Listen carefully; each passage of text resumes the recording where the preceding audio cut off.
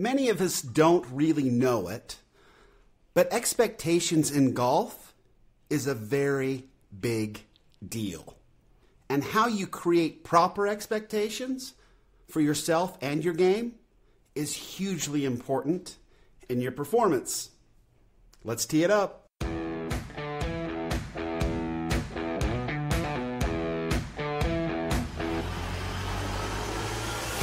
Welcome to Data Access Golf, your home for rapid golf improvement. And now, from the thin air of the Rocky Mountains, next on the number one tee, your host, Aaron Stewart. Hey everyone, welcome to another episode of Data Access Golf, the podcast. Thanks for joining me once again. I really appreciate it. So we're going to get away kind of from swing analysis. We're going to get away kind of from the winners data and all that. And I wanted to get sort of philosophical today, a little bit. So it will be a Thinking Tuesday, and I apologize to those who don't like to think on a Tuesday. But this is something I've been thinking about for a little while. I've heard some folks talk about it recently on a couple programs, and it's definitely something that I focus on quite a bit in what I do for a living. I consult quite a bit on organizations and management and how to create proper expectations for efficiencies and for getting better as an organization. But it really applies to golf very well, and I think about it a lot as we kind of run through it. So I wanted to kind of jump in then and talk a little bit about expectations, what are realistic and what aren't, and also about how to go about improving your game in the right way, right, with the right mindset. And kind of wanted to jump right in. I know that when, let's say we hop in our cars and we drive to the golf course, and we all love to be out there, and we think about, hitting a beautiful drive off the number one tee. We get out of our cars, we pull the bag out, it's warm, it feels good, we loosen up, it feels good, we see our buddies, or we've got our kids with us or whatever, and we're really excited to get out there and go. And we start developing these expectations that we are going to perform well, or there's definitely some of us that feel like, hey, you know what, I haven't really practiced it. I haven't really done a whole lot, so I don't really have high expectations, and go out there just kind of like whatever happens is going to be fine. And both are great as far as I'm concerned. If I had to choose the two out of the two, I would always take the lower expectation one just because it seems to be more realistic. Now let me talk about so I was out one day with a good buddy of mine, and we were working around the course, and we came up to a par 3 where it's kind of a longer hole. It's about 185 to 195 yards, somewhere in there. There's a couple streams, and there's a green that's protected. It's got sand traps on either side, and this particular day the sand trap was on the right side of the green, and it was kind of tucked behind the sand trap. So my buddy stands up there, and he kind of calls a shot. He says, yeah, I'm going to hit kind of a high fade and just kind of take it in there and, landed on the green. And first and foremost, I mean, we're 195 yards out and the pin's tucked behind the sand trap. For me, I'm just like dead center of the green. I'm not even going at that pin. I mean, for me, that's just it's not an option at all. I mean, from that distance, it's just, I'm going to the center, right? I'm playing the odds on this one. But he calls his shot, and you got to be, impressed with that. Hey, he's got some moxie there, right? And then he stands up and takes a swing at it, and he hits a high draw that lands, on the backside of the green, and it propels it down into the booger bushes, right? I mean, he's just in jail back there. And he's upset and he's angry, and I'm sitting there thinking, who are you kidding, right? I've now played with this guy for quite a few holes, and he hasn't hit a fade all day. Not one. And now, he's going to get up and hit a fade? It's ridiculous. It's absurd. What kind of an expectation is that? That's ridiculous.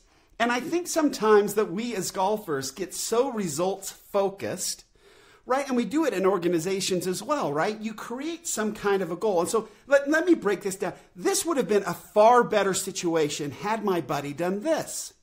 Okay, there's the pin. And it's tucked behind that sand trap. And I haven't hit a fade all day. So trying to hit a fade today is probably not going to work. Realistically, my expectations should be I've hit a high draw all day. Maybe I just take it at the pin and try to hit it into the middle of the green and have a putt at it. Right? That's realistic. That's what he's been hitting all day. Right? Okay. Now, so that's what he's been doing. Now, does the goal still have to be that he hits a high draw? I would argue no. It doesn't have to be. That shouldn't be the goal. The goal should always be what we can control. And we talk a lot about playing unconscious golf, right? Where you just set up, you get everything in place, and you let it go and let it happen. Now, chances are he's been playing a high draw all day. I think it's good for him to expect that would happen.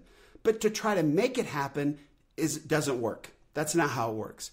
So what my buddy should have done is lined up and then had a couple practice swings, get a feel for what the practice swings were, feel it, set up, get his setup properly, get the target firm in his mind, and then put a good swing on it. No conscious interaction, no trying to do anything, no forcing anything, but just let it happen. Okay? Now, how does he reward himself on that shot? If he goes into his follow-through and he looks up and he has tried to hit a high draw, but instead he hits a high fade, and he goes monkey ape crazy over it, it's stupid. I don't understand it. He's not a professional golfer. He hasn't been out hitting high fades all day. It's an anomaly. It's just an anomaly. To get upset over that is insanity to me.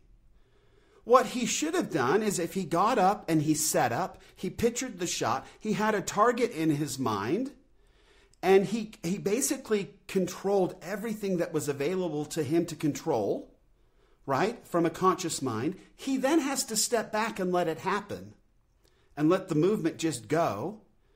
But he should have rewarded himself for putting a good swing on it, staying committed to a target, staying committed to being outside of his head and sort of focused and staying in the moment. That's all he can control. And that's all that you should reward or punish yourself on. If you want to punish yourself, which I think is, again, stupid at golf. I mean, that's no fun. But in order for golf or business or anything else to progress, we need to make sure that we are putting our expectations on the effort portion of what we're trying to do, not the result. The result always takes care of itself if we are always rewarding the effort. And why does that happen? It's because when we are rewarding the effort, when we are rewarding the thing that we can actually control, we are creating a situation where we can enjoy it, where we can feel ourselves progress. And we as humans, when we're progressing and we're getting better and we're making these small accomplishments, the results always come. So it's not ever the shot. The shots will come. But as we start rewarding ourselves for doing the things that we can control, and we start managing our expectations to reward ourselves and be happy about the things we can control, then everything else will take care of itself. Right? So if you go to a driving range and you want to work on hitting a high draw, then what you need to do is set up and get yourself into a place where you can manipulate the club in a way where you are coming from more from the inside and you're releasing the club in a way where you're hitting a nice high draw. And then you work on that. And then to hit a high draw, you have a series of steps that you like to set up and get going. And then you put a good swing on the ball and hope for the best. And the more you reward yourself on, or we reward ourselves on, setting up and doing those things properly, of rewarding the effort, of being, of feeling content and feeling good about the effort we put forth, then that's the way that we can improve. As soon as we start freaking out and become results focused, then the effort portion of it, the learning portion of it, that starts suffering. because we're not getting the results we want. We need to suspend this ridiculous pursuit of wanting to be really, really good, but not doing it the way in which we can become really good. Right? So you have to fall in love. We all have to fall in love with the process. And the only way to fall in love with the process is rewarding ourselves when we put forth the appropriate and correct effort. And I hope that makes some sense. Right? So if we get up to, let's say we get up to line up a 10-foot putt. Right? It seems pretty straight. It looks pretty straight. We've looked at it. We get all lined up. We've got soft hands. We've kind of run through all the thing, and then we just let it happen, and we put a good roll on the ball, and it happens to break a little left when it gets to the hole, and we miss the putt. It's stupid to freak out that we missed the putt. Dumb. We can see in our benchmarks that you miss 10-footers quite often, right? But we should instead reward ourselves for putting a really good motion on the putt. Maybe we read the green a little bit incorrectly. Okay, so what? But if we started the ball on the intended target and we did everything properly to send that ball on the intended target, then that was a total success. Maybe we need to learn how to read greens a little bit better, right? Maybe this one was just tricky. Maybe there was a big footprint on the way there that knocked it off. But as long as we're always rewarding ourselves for doing the proper, or taking the proper steps and making the proper effort, then we have to be able to reward ourselves. Okay, and this goes for us as we're working as golfers. This goes for raising children, right? I find it so ridiculous that we wait to reward or punish children based on their report card. That's ridiculous. That is so insane to me. If you see them doing homework, tell them how impressed you are they're doing their homework. If they come home and you see them practicing a speech, or they come home and have a question about their homework, you tell them how proud you are of them that they had a question and they've been looking at their homework. And then you watch the results of these kids, they'll go crazy.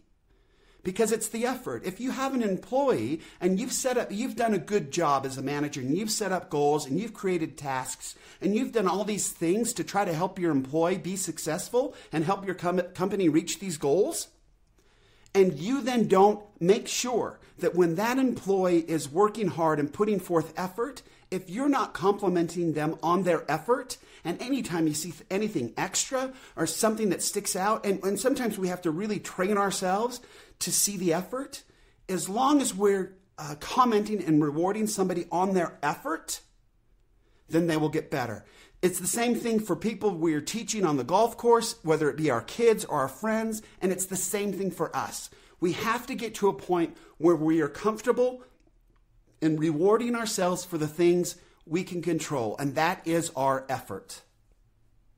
So hopefully I know it's a little in the weeds, but it's so important to understand that we as humans have to be rewarded, and it has to be associated to something that we can control consistently.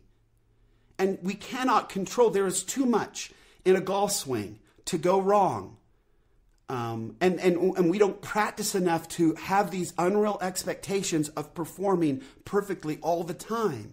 So we need to make sure that we are rewarding ourselves for the things that we can control, even when we don't have the ability to practice. And that's setting up and getting ready to hit a really good golf shot and then letting it go. And rewarding yourself for letting it go and not interfering with your golf swing. Of just being there and letting it happen and taking care of all the stuff that we consciously can take care of. The wind, the break, the trouble, the shot, the target, all those things that we can be focused on. That's what we need to reward ourselves on. If we do a good job with that stuff, whatever happens with the shot happens. And that cannot be what we react to. Okay? Or golf becomes a pretty crappy game in a big hurry if it's all about results. But if you make it about effort, the results will get better. They won't mean as much to you. When you shoot under par, it won't mean as much to you as the fact that you stayed committed to whatever you were committed to and you rewarded yourself all day long for the effort. You will be more content with your effort than you will be with your score. And I know that sounds crazy, but you'll get there. And you know what happens when you're not so focused on the score? Scores get better. Right? You don't freak out and tense up and stress out because you are controlling and rewarding yourself on the things that actually make a difference, that you can actually control. And I hope that makes some sense. I know we got in the weeds a little bit today. But anyway, that is really good data. That is important in every aspect of life. And I share that as, for those that want to think on a Thinking Tuesday, I hope it was helpful. So until next time, this is Aaron Stewart saying thank you for joining me once again on Data Access Golf, where better data always means better golf. Thanks. Thanks for listening to Data Access Golf with Aaron Stewart. Check us out online at dataaccessgolf.com, and we'll see you on the next episode.